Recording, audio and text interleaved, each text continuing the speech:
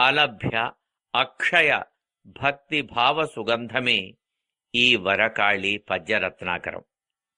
వేజండ్లపురములోని శ్రీ విశ్వమాత ఆదిపరాశక్తి పీఠాధీశులు భగవాన్ శ్రీ శ్రీ శ్రీ వెంకట కాళీకృష్ణ గురుమహారాజు గారు శ్రీ వరకాళి లీలా వైభవాన్ని మహత్తరంగా రచించగా, శ్రీ వరకాళి పద్యరత్నాకరం గ్రంథంలోని 326 పద్యరత్నాలలోని వేజండ్ల శ్రీ వరకాళీమాత లీలా వైభవాన్ని తెలియజేస్తున్న 21వ భాగము 151 నుండి 159 పద్యరత్నాలను కూర్పు చేసి ప్రవచిస్తున్నది భగవాన్ శ్రీ శ్రీ శ్రీ వెంకట కాళీకృష్ణ గురుమహారాజు వారి దాసుడు వ్యాఖ్యాన వాచస్పతి బ్రహ్మశ్రీ ప్రభాకర స్వామి, హైదరాబాద్. సజ్జనులకెప్పుడును సారథి కాళికా, దుష్టజనులనెప్పుడు ద్రుంచు కాళి. కాళికాంబ మహిమ కాంచనేరితరము, కాళికాంబ మహిమ కాంచనేరితరము, కాళికాంబ తనయ కనుము కృష్ణ. సజ్జనులకెప్పుడును సారథి కాళికా, దుష్టజనులనెప్పుడు ద్రుంచు కాళి.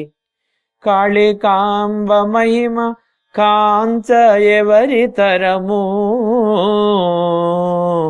కాళికాంబ తనయ కనుము కృష్ణ. సజ్జనుల్ని నడిపిస్తూ దుర్జనుల్ని అణిచివేస్తూ ప్రకాశించే శ్రీ కాళీమాత మహిమను తెలుసుకోవటం ఎవరి తరము కాదు. మంచి మార్గంలో అంటే మంచి మాటల్ని మాట్లాడుతూ ఇతరులకు ఉపయోగపడే మంచి పనులు చేస్తూ తన నడవడిక ద్వారా ఇతరుల్ని బాధించకుండా నిత్యం ఆధ్యాత్మిక చింతనలో కాలం గడిపే వారిని సజ్జనులు ముముక్షువులు అని అంటాం. అలాంటి వారిని కాళీమాత ముందుండి మార్గనిర్దేశం చేస్తుంది. రథాన్ని నడిపే సారథిలా కంటకమయం కాని దారిలో తీసుకువెళ్తుంది. అంటే సజ్జనుల్ని మోక్ష మార్గంలో నడిపించే శ్రీ వరకాళీ మాత సజ్జనల్ని సంరక్షించే బాధ్యత వహించి సజ్జని సంరక్షణి అయి భాసిస్తుంది.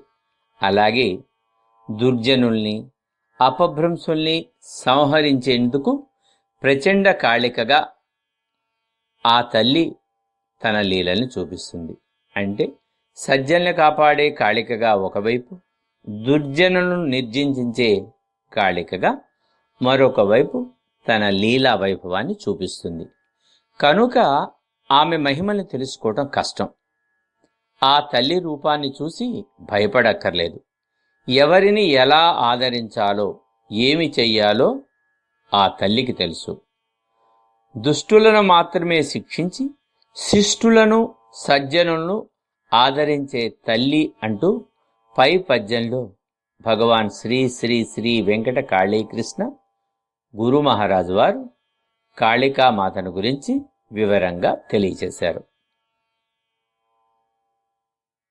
కాళికాంబతోడ కయ్యమునకు దిగి,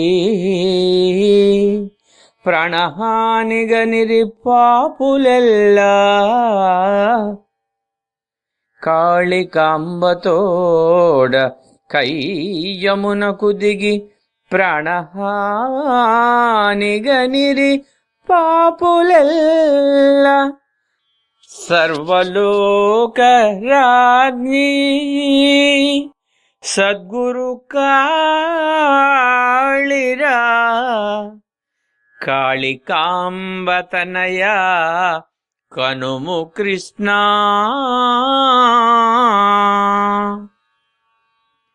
శ్రీ కాళీమాతతో కయ్యం పెట్టుకుని ఎందరో పాపాత్ములు ప్రాణాలు కోల్పోయారు. అన్ని లోకాలకు మహారాజ్ఞి సద్గురువు శ్రీ కాళీమాతయే. ఒక ఆప్తవాక్యంలో చెప్పినట్టుగా నదీనాం సాగరో గతి అని. అంటే నదులన్నీ సముద్రంలో కలిసిపోవలసిందే. ఎందుకంటే సముద్రం ఒక మాతృ పదార్థం, లేదు నదులకి ఆఖరి మజిలి. నదుల యొక్క పుట్టుక, కదలిక, చేరిక మొత్తం విధి విధానంలోనే సాగుతుంది. అలా కాక నది ఏదైనా ఎదురు ప్రవహించడం ప్రారంభిస్తే దానికి నిర్దేశించిన దారి లేక ఏకాకి అయి వాతావరణ పరిస్థితులకు తలయొగ్గి నీరు ఆవిరి అయి నదీ రూపాన్ని కోల్పోతుంది. అలాగే నదీ రూపం నశించి పంచభూతాల్లో ఉండవలసిన ఆ జలం ఒక భూతంలో కలిసిపోతుంది. అలా కాక నీరు పల్ల మెరుగు నిజము దేవుడెరుగు అని సామెత చెప్పినట్టుగా పల్లపు మార్గాల్ని చూసుకుని ప్రవహించి తన గమ్యమైనటువంటి సముద్రానికి సముద్రగామి అయి ప్రవహించటం వల్ల అది సముద్రంలో కలిసి లీనమై తరించిపోతుంది, జలనిధిలో ఒక భాగం అవుతుంది.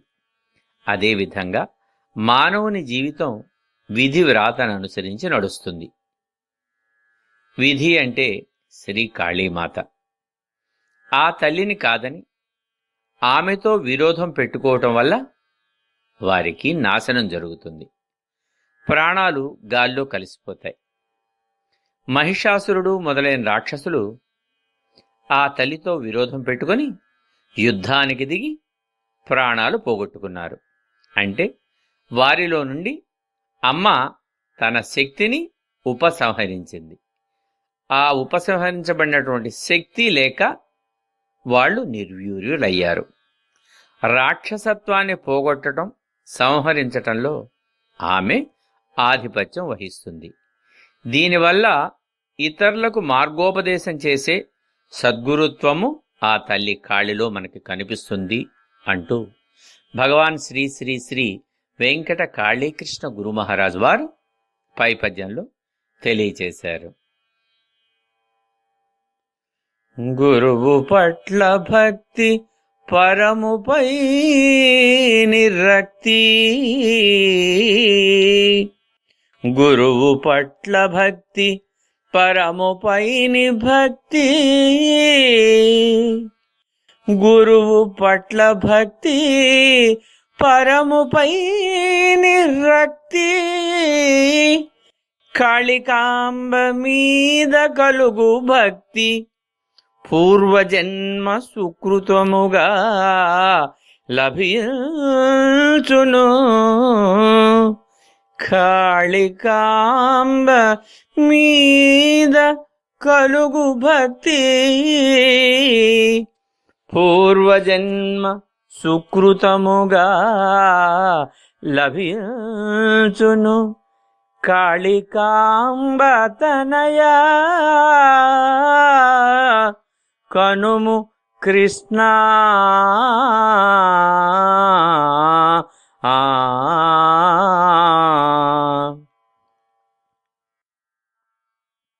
గురుభక్తి ముక్తి పొందాలి అనే కాంక్ష, శ్రీ కాళీమాత మీద భక్తి పూర్వజన్మ సుకృతం ఉంటేనే లభిస్తాయి. ఆ పూర్వజన్మ కృత పుణ్యం లేకపోతే, ఆ యోగ్యత లేకపోతే ఈ జన్మలో ఇవి లభించవు అని పద్యభావం. గురువు అంటే పరిపూర్ణమైన వ్యక్తి, సంపూర్ణమైన శక్తి. తల్లిదండ్రుల్లో గురువు లేకపోవచ్చు, కానీ గురువులో తల్లి తండ్రి ఉన్నారు. దేవుడిలో గురువు లేకపోవచ్చు, కానీ గురువులో దేవుడున్నాడు. గురువు తమ వద్ద చేరిన వారిని తల్లి తండ్రిలా ఆదరిస్తారు, ప్రేమాభిమానాలు చూపిస్తారు, వారి పోషణ భారం వహిస్తారు. అలాగే చదువు నేర్పే గురువై విద్యాబుద్ధులు నేర్పిస్తారు, లోకజ్ఞానాన్ని తెలియచేస్తారు, వారి ఉన్నతికి కృషి చేస్తారు. దేవుళ్లాగా వారి అవసరాలను గుర్తించి తగు రక్షణ కల్పించి వారిలో ఆధ్యాత్మికత పెంచి భగవంతుని వైపు దృష్టి కేంద్రీకరించే విధంగా శిక్షణనిస్తారు. అలాంటి విశేష లక్షణాలు ప్రతిభా పాఠవాలు ఉన్న గురువును దైవ సమానంగా భావించి పూజించిన వారికి పరమపదం లభిస్తుంది. అందువల్లే పరబ్రహ్మస్వరూపంగా మన ఎదుట నిలిచి మార్గోపదేశం చేసే గురువును ఆశ్రయించాలి అంటారు. రెండవది మోక్షాన్ని పొందాలి అనే కోరిక. మోక్షం లేకపోతే పునరపి జననం పునరపి మరణం పునరపి జనని జఠరే శయనం అని పుడుతూ చస్తూ చస్తూ పుడుతూ చస్తూ జీవి అనేక జన్మలు ఎత్తవలసినదే. చావు పుట్టుకలు లేని దివ్యతత్వమే మోక్షం. కనుక దానిని పొందాలి అనుకునేది రెండవ కోరిక. ఇంకా మూడవది శ్రీ కాళీమాత ఉపాసన. గత జన్మల్లో చేసిన పుణ్యఫలం గాని ఈ జన్మలో శ్రీ కాళీమాతను పూజించాలి అనే కోరిక, అలాగే ఆమెనే వీలుంటే సద్గురువుగా పొందే భాగ్యము లభిస్తాయి. కనుక ఆ సద్గురువు వరకాళి అనుగ్రహపాత్రుడైతే మరింత విశిష్టమవుతుంది. పొట్టకూటి కోసం చదువులు చెప్పే గురువుల వల్ల ఐహిక కాంక్షలు ఇతర దేవతారాధన వల్ల పెద్ద ప్రయోజనం ఉండదు. అవి ఎవరికైనా లభిస్తాయి, కానీ అవి శాశ్వతం కావు. కాలచక్రం ఉన్నంత వరకు ఆ తర్వాతనైనా ఉండే శక్తి శ్రీ కాళీమాత పూజ. మోక్షగామి అయిన సద్గురువు ప్రజ్ఞానాన్ని ఒసగే విద్య లభిస్తే జన్మరహితమవుతుంది. దేవి కాళి బ్రోచు ద్వేషంబు లేకున్నా, దేవి కాళి బ్రోచు ద్వేషంబు లేకున్నా, శాంతిదాంతియుతల సాకు కాళి, శాంతిదాంతియుతుల సాకు కాళి. భూతహితము మేలు భూతహితము మేలు భూతలమందునా, కాళికాంబతనయ కనుము కృష్ణ. భూతహితము మేలు భూతలమందునా, కాళికాంబతనయ కనుము కృష్ణ. ద్వేషం లేకుండా ఉంటే కాళీమాత కాపాడుతూ ఉంటుంది. అంటే ద్వేషం ఎవరి పట్ల, అనవసరమైనటువంటి ద్వేషం, అందులో దైవం పట్ల గాని, గురువు పట్ల గాని, సమాజం పట్ల గాని, కుటుంబ సభ్యుల పట్ల గాని, తనకి సన్నిహితులైన వారి పట్ల గాని, ఇరుగు పొరుగుల వారి పట్ల గాని అనవసరమైనటువంటి ద్వేషం లేకుండా ఉంటే కాళీమాత కాపాడుతుంది. శమదమాదులు కలిగిన వాళ్ళని ఆవిడ రక్షిస్తుంది. భూతలంలో భూతహితాన్ని మించి ఇంకా వేరొకటి లేదు అనేది పద్యభావం. మానవుడు ద్వేషాన్ని విడనాడాలండి. ద్వేషం ఒక విషం లాంటిదండి. ద్వేషం ప్రజ్వరిల్లినప్పుడు మనసు విషపూరితమవుతుంది. దానివల్ల మాట్లాడే మాటల్లో, చేసే చేష్టల్లో, ఆలోచన సరళిలో వికృత అంశాలు చోటు చేసుకుని తీవ్రమైన దుష్పరిణామాలు ఏర్పడతాయి. అందరూ వెలివేసినట్టుగా చూస్తారు. మనకెందుకులే తలనొప్పి అని దూరంగా ఉంటారు.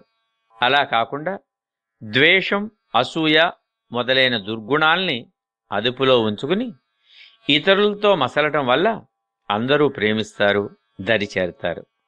మాటలు వినాలి అనే కోరిక ప్రదర్శిస్తారు.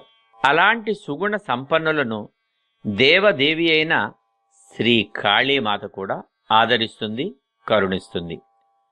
అలాగే భూమి మీద ప్రాణికోటిని ఆదుకుంటూ వాటికి మేలు చేయటం ద్వారా ఆ తల్లి ఆశీస్సులు పొందగలుగుతాం. తద్వారా యోగి లక్షణాలు పెంపొందించుకున్న భక్తుల్ని శ్రీ కాళీమాత కాపాడుతుంది అంటూ పై పద్యంలో భగవాన్ శ్రీ శ్రీ శ్రీ వెంకట కాళీకృష్ణ గురు మహారాజ్ వారు తెలియచేస్తున్నారు. ప్రార్థనము జేయ ప్రభువులు అమ్మను రక్షజేసే కాళీ రక్తితోడ. ప్రార్థనము జేయ ప్రభువులు అమ్మను రక్షజేసే కాళి రక్తితోడ కదలలేరు అణువు కాళి లేకున్నచో కదలలేరు అణువు కాళి లేకున్నచో కాళికాంబతనయ కనుము కృష్ణ కాళికాంబతనయ కనుము కృష్ణ.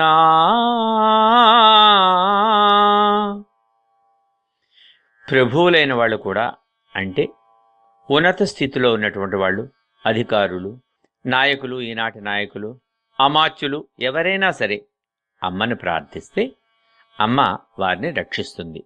శ్రీ కాళీమాత లేకుంటే ఎవ్వరూ రవ్వంత కూడా కదల్లేరు. బ్రహ్మ, విష్ణు, మహేశ్వరులు, ఇంద్రుడు మొదలైనటువంటి దేవతలు శత్రువు తమ కంటే బలవంతుడై వారిని చంపే శక్తి తమ వద్ద లేనప్పుడు ఆదిపరాశక్తి అయిన శ్రీ కాళీమాతను ప్రార్థించి ఆ తల్లి సహాయంతో వారిని అంతమొందించేవాళ్ళు. ఇంతటి శక్తివంతులైన వాళ్లే ఆ తల్లిని ప్రార్థించి తమ పనులు పూర్తి చేసుకొనగా లేనిది మానవుల సంగతి చెప్పేదే ఉంటుంది. అవతార పురుషులైన శ్రీరాముడు, శ్రీకృష్ణుడు కూడా సంకట పరిస్థితుల్లో శ్రీ కాళీమాతను ప్రార్థించి విజయాలను సాధించారు. కనుక ఎవరైనా, ఏ ప్రభువైనా, ఏ అధికారి అయినా, ఏ రాజు అయినా, ఏ పురుషుడైనా ఆ తల్లి అనుగ్రహంతోనే శక్తివంతులై చైతన్యవంతులవుతారు. ఆ తల్లి శక్తిని ప్రసాదించకపోతే ఎవ్వరూ లేశమైనా కదల్లేరు. ఆమెయే చైతన్య శక్తి. మహాపురుషులు, అవతార పురుషులైన శ్రీ కాళీమాత దీవెన లేనిదే వాళ్ళు, వారి అస్త్రాలు కూడా జడమైపోతాయి. నిరంతరం మనసులో ఆ తల్లి నామం సుడులు తిరుగుతూ ఉంటే వారు ఎప్పటికీ నిస్తేజులు కారు. ఎందుకంటే పురుషత్వము అనే శక్తి కూడా కాళికయే కదా. సర్వశక్తులు ఆమెవే. పురుషుడు పురుషుడే అని విర్రవీగే భావంలో కూడా పురుషుడు ఎందుకుని విర్రవీగుతున్నాడు, పురుష అహంకారం ఎక్కడి నుంచి వచ్చింది అంటే పురుష శక్తి ఉన్నది. దేహదారుఢ్యంలో కానీ, ఎత్తు పొడుగుల్లో కానీ, లావులో కానీ, కొంచెం శక్తి సామర్థ్యాల్లో కానీ, దానినే శక్తి అన్నాం, దానినే పురుష శక్తి అన్నాం. ఈ పురుషుడిలో కూడా అంతర్గతమైనటువంటి శక్తి అమ్మ శక్తియే, ఆది పరాశక్తియే, ఆ కాళీ పరాశక్తియే. ఆ పురుష శక్తిలో శక్తి తీసేస్తే పురుషుడు నిర్వీర్యుడు అవుతాడు అంటూ భగవాన్ శ్రీ శ్రీ శ్రీ వెంకట కాళీకృష్ణ మహారాజు పై పద్యంలో తెలియచేస్తున్నారు. మనసునందు ఆదిమర్మమెరుంగక, మనసునందు ఆదిమర్మమెరుంగక, దేవుడే ఘనుడని తెలిపినారు.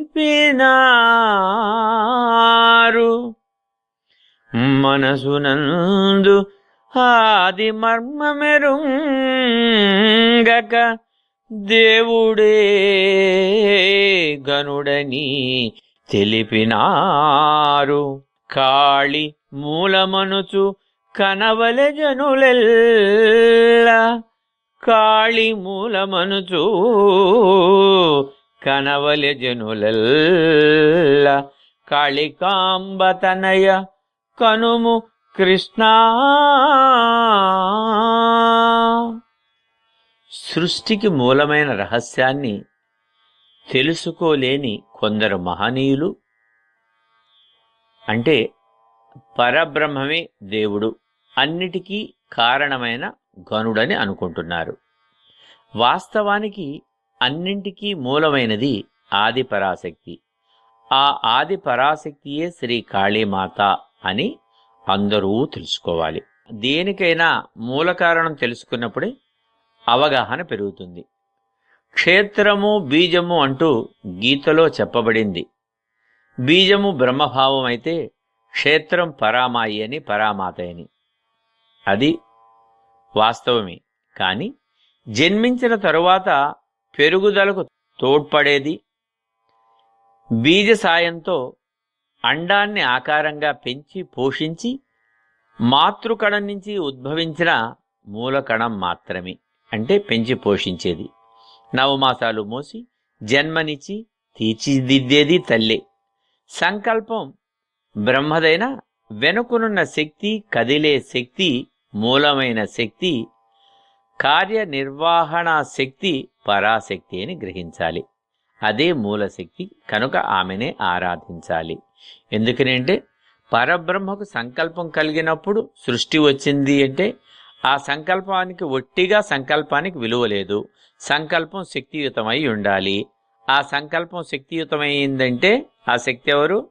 పరాశక్తి. అంటే పరాశక్తి ఉంటేనే పరబ్రహ్మ యొక్క సంకల్పం శక్తివంతమైందనమాట. కనుక ఎప్పుడైతే ఆ శక్తిని ఉపసంహరిస్తే నిర్వీర్యుడు అవుతాడు. పరబ్రహ్మమైనా అంతే, పరమాత్మ అయినా అంతే, పురుషుడైనా అంతే.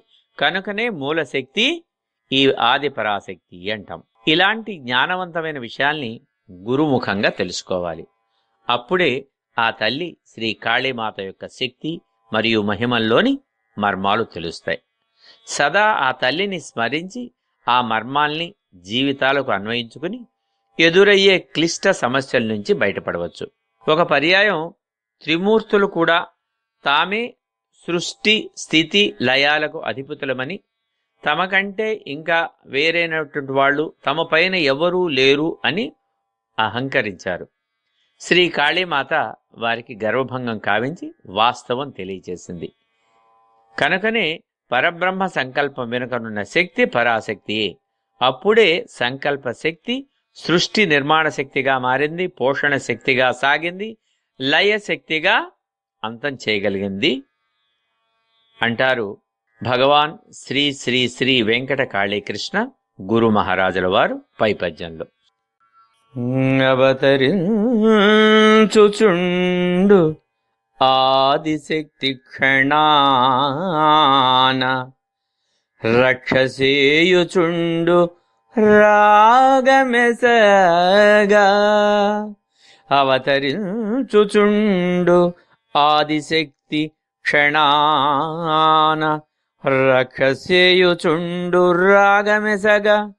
అమ్మ శక్తి తెలుప అవని సాధ్యం బౌనే. అమ్మ శక్తి తెలుప అవని సాధ్యం బౌనే. కాళికాంబతనయ కనుము కృష్ణ. కాళికాంబతనయ కాళికాంబతనయ కాళికాంబతనయ కనుము కృష్ణ. ఆదిపరాశక్తి ఏ క్షణంలో అయినా అవతరిస్తుంది. వాత్సల్యంతో దీవించి రక్షిస్తుంటుంది. అమ్మ శక్తి తెలుసుకోవటం, తెలపటం మానవులెవరికీ సాధ్యం కాదు. శ్రీ కాళీమాత సర్వవ్యాపిని అని తెలుస్తోంది. సర్వభూతాలలోనూ ఆ తల్లి నిండి ఉన్నదనడానికి ఇదొక సూచిక. అంటే సర్వవ్యాపకత్వము, అన్ని చోటలా తాను వ్యాపించి ఉన్నది, అన్ని చోటలా తన యొక్క స్థితిని నిలిపినది. ఆది పరాశక్తి నుండి ఆకాశం పుట్టింది. ఆకాశమే ఉంది, పంచభూతాలను సృష్టి చేసింది కాళీమాతేగా. అనంత విశ్వమంతా ఆ తల్లే నిండుంది. ఆ తల్లే విశ్వం యొక్క అనంతరూపం. అందువల్ల ఆ తల్లి అవతరించటానికి క్షణకాలం చాలు. రెప్పపాటు కాలంలో ఏ రూపంలోనైనా ఎక్కడైనా అవతరించి కరుణతో ఆర్తుల్ని రక్షిస్తుంది. శ్రీ కాళీమాత శక్తిని అంచనా వేయటం లేదా తెలుసుకోవటం మానవ మాతృలకి అసాధ్యం. కనుక అంత తేలిగ్గా ఎవరూ తెలుసుకోలేరు. సాధ్యం కాని విషయం జోలికి వెళ్లకుండా నిరంతరం ఆ తల్లిని సేవిస్తూ ఉంటే, దాసరికంలో ఉంటే సాధ్యాసాధ్యాల గురించి ఆ తల్లే చూసుకుంటుంది, శుభాలనిస్తుంది, జన్మని కడతేరుస్తుంది అంటారు పై పద్యంలో. భగవాన్ శ్రీ శ్రీ శ్రీ వెంకట కాళీకృష్ణ గురు మహారాజ్ వారు.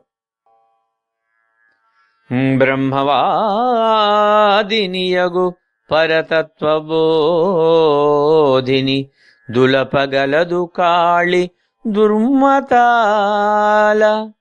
బ్రహ్మవాదినియగు పరతత్వబోధిని దులపగలదు కాళి దుర్మతాల.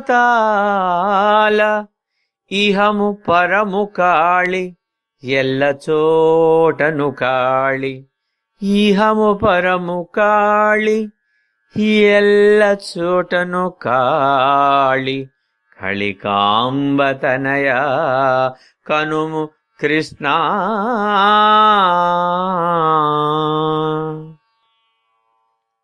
బ్రహ్మవాదిని పరతత్వబోధిని అయిన శ్రీ కాళీమాత చెడు సిద్ధాంతాల్ని దులిపి పారేస్తుంది.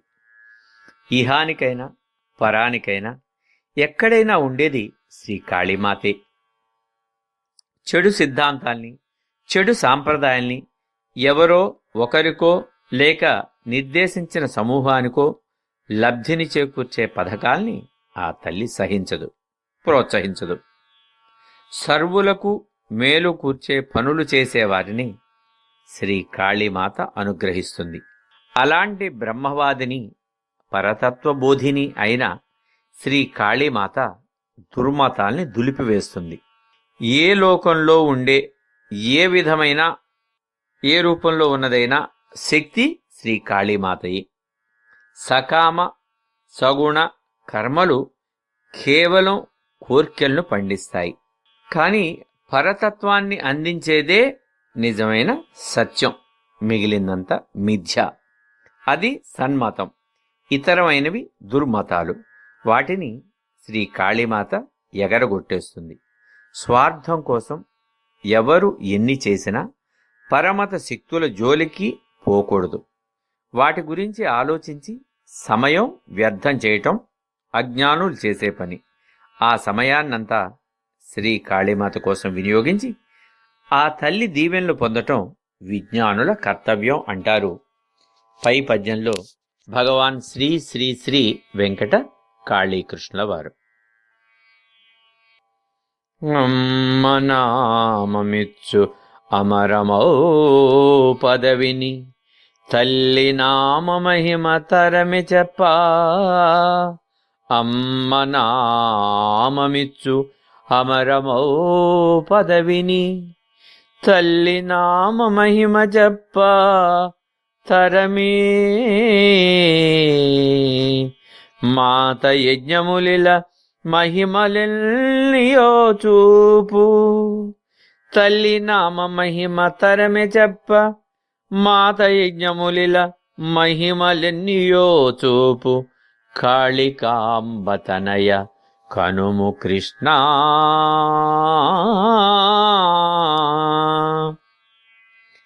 అమ్మ నామస్మరణ ఇంద్ర పదవినైనా ఇప్పిస్తుంది. తల్లి నామమహిమని చెప్పటం అల్పుల తరం కాదు.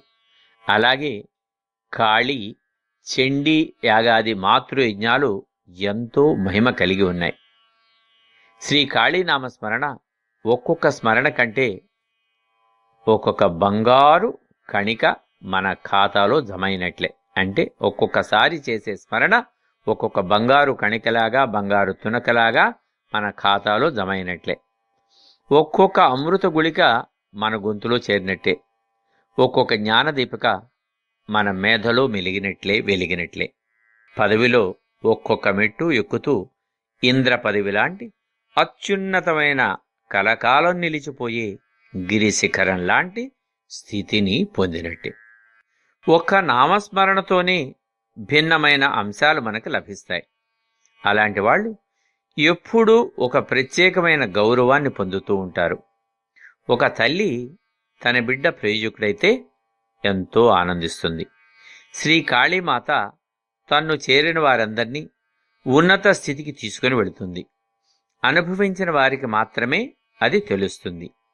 భక్తుడి మదిలో మెదిలే సవ్యమైన ప్రతి కోరిక తీర్చబడుతుంది. నిజంగా ఆ తల్లి నామమహిమను తెలియచెప్పటం ఎవరి వల్ల కాదు. అమ్మ నామం ఎంతో వైభవం. కలియుగంలో ఆ తల్లి నామస్మరణ వల్లనే ముక్తి లభిస్తుంది. అదేవిధంగా శ్రీ కాళీమాత యజ్ఞాలు ఎంతో మహిమ కలిగి ఉన్నాయి. అందుకే అవి చేసిన వారిని మహిమాన్వితులుగా చేస్తాయి అంటున్నారు పై పద్యంలో భగవాన్ శ్రీ శ్రీ శ్రీ వెంకట కాళీకృష్ణ గురు మహారాజు వారు.